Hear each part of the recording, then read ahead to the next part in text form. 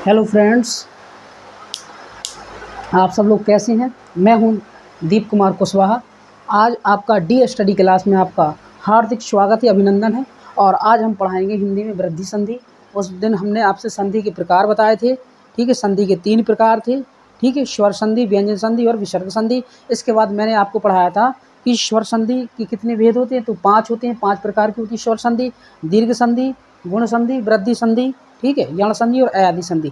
तो आज बच्चों हमारा क्या है कि आज हम लोग माइक से पढ़ रहे हैं, ठीक है। तो हम क्या करेंगे कि जो वृद्धि संधि है, हमने उस दिन दीर्घ और गुण बता दी थी। आज हमारी वृद्धि संधि का टॉपिक है और आज मैं वृद्धि संधि का टॉपिक लेकर आया हूँ आपके लिए। ये है आपका टॉपिक, ठीक है, वृद्धि संधि। तो इसका जो सूत्र होता है बच्चों, जो सूत्र होता है जो होता है वृद्धि रेची, ठीक है। मतलब क्या होता है, वृद्धि रेची। और दूसरा होता है वृद्धि रादेची, ठीक है, वृद्धि रादेची, ठीक है। इसमें थोड़ा अंतर है। क्या होता है कि वृद्धि रेची, ठीक है, इसमें आ जाएगा एच प्रत्याहार से बनाया जाता है।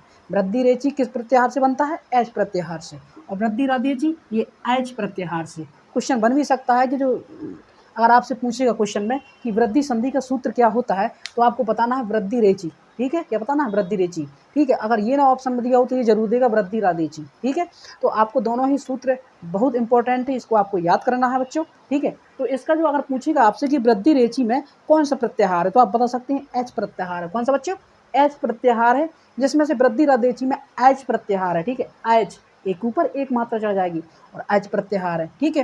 तो इसमें एच प्रत्याहार के अंदर कौन कौन से आते हैं? जैसे ए ओ, ए आए ओ आओ, ठीक है। तो ए आए ओ आओ, ठीक है। और इसमें क्या बन जाएगा? इसमें आता है ए और आओ, ठीक है। तो ये बनेगा ए और आओ। तो हमें पता है कि जब हम इसका जैसे संधि विच्छेद करते हैं तो किस प्रकार से करते हैं। तो इसके पहले हम एक कुछ नियम वो बताते हैं, सूत्र आपको। इसमें जैसे आ का मेल किससे बच्चे? ए और ऐ से हो जाता है, ठीक है। आ का मेल ए और ऐ से होता है बच्चों, तो आपका बनता है क्या? आय। क्या बनेगा बच्चा? आय बनेगा। क्या बनेगा बच्चा? आय बनेगा। क्या बनेगा बच्चा? आय बनेगा, ठीक है। इसी प्रकार फिर हम क्या करेंगे बच्चों कि आ का मेल प्लस ए आय से कराते हैं तो आय बनता है। इसी प्रकार बच्चों हम आ का मेल आ का क्या बच्चों मेल करा देंगे किससे? अब करा देंगे हम किससे? ओ आओ से। ओ और आओ से। तो बच्चों हमारा क्या बन जाएगा बेटा? हमारा बनेगा आओ। क्या बनेगा बच्चों? आओ बनेगा, ठीक है। हमारा बनेगा क्या? आओ बनेगा। जब हमारा आओ बनेगा, ठीक है, आओ बन जाएगा, तो ये हमारा वृद्धि संधि का क्या हो गया? सूत्र हो गया, ठीक है। ये हमारा क्या हो गया? सूत्र। तो हमें इसको ध्यान में देते हुए पढ़ना है। और इसके बाद हम इसका जो रूल लिखाते देते हैं, इसको आप पहले नोट कर लीजिए, इसके बाद हम रूल लिखाते हैं।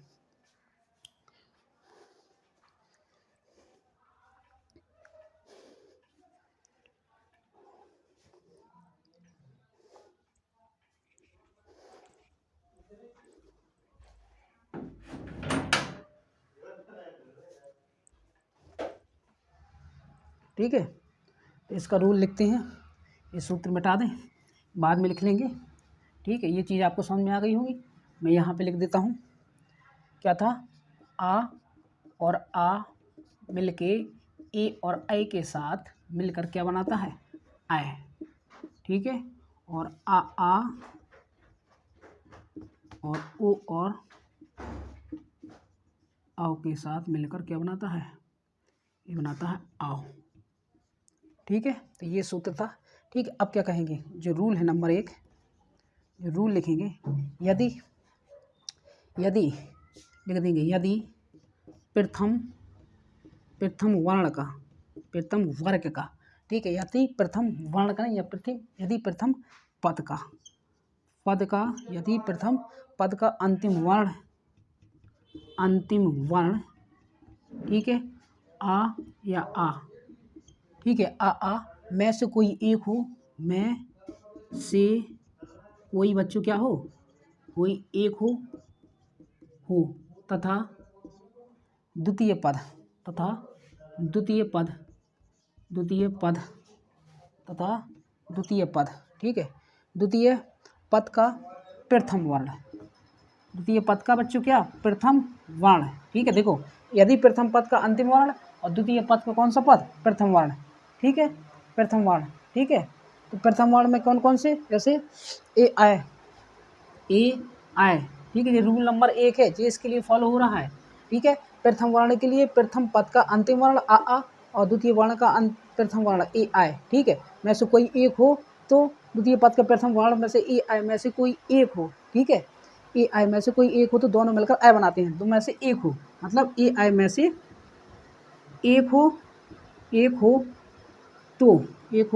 तो दोनों मिलकर बच्चों, दोनों मिलकर बेटा क्या बनाते हैं, दोनों मिलकर आई बनाते हैं। क्या बनाते हैं बेटा? आई बनाते हैं। क्या बनाते हैं बेटा? आई बनाते हैं, ठीक है, तो आई बनाएंगे, ठीक है, क्या बनाते हैं बेटा? आई बनाते हैं, ठीक है। तो ये चीज़ हमें तो समझ में आ गई होगी, लेकिन इसके आगे अब चर्चा कर लेंगे कि कैसे बनाते हैं। तो हमका इसका जो मतलब इसका एक एग्जाम्पल हम ले लेते हैं। एग्जाम्पल आप पहले इसको उठा रही हैं, ठीक है, ठीक है, जैसे हम बना लेंगे तत्र प्लस एव, ठीक है, जो तत्र है इसका जो त्र निकलेगा प्रथम वर्ण का अंतिम वर्ण त्र है, इसका जो त्र निकलेगा, जो त्र में टूटेगा तो जो बनेगा त्र हलंत प्लस का निकलेगा आ, ठीक है, और जो इसका द्वितीय वर्ग का अंतिम वर्ण क्या है इसका ए, ठीक है।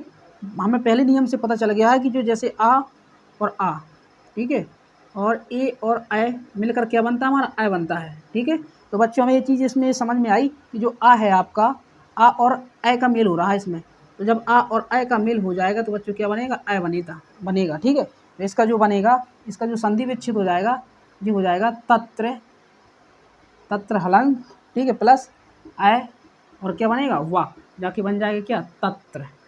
तत्रैव, ठीक है। तो ये चीज़ आपको समझ में आई होगी। अब इसके बाद अब हम दूसरा नियम लगाते हैं, ठीक है। दूसरे नियम के पहले एक एग्जाम्पल हम आपको और दिखाएंगे, ठीक है, ठीक है। दूसरा नियम के बाद एक एग्जाम्पल और दिखाएंगे, जैसे हो जाएगा आपका एग्जाम्पल दूसरा हो जाएगा नवधन ऐश्वर्य, ठीक है। जो हमारा नवधन क्या हो जाएगा? ऐश्वर्य। इसको कैसे बनाएंगे? प्रथम पद का मतलब अंतिम वर्ण क्या है उसमें? वाह, तो वाह जब टूटेगा तो जी हो जाएगा वाह हलंत, और जी क्या हो जाएगा? आ में टूटेगा, ठीक है, आ बन जाएगा, ठीक है।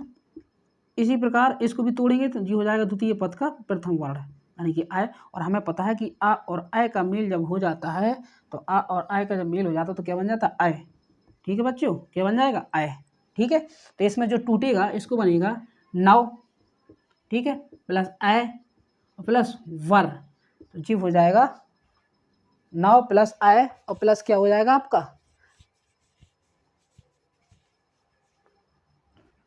स्वर, ठीक है।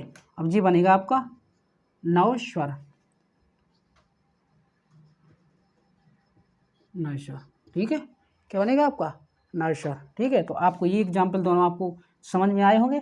अगला नियम, ठीक है, हम चर्चा करेंगे, ठीक है, धन्यवाद।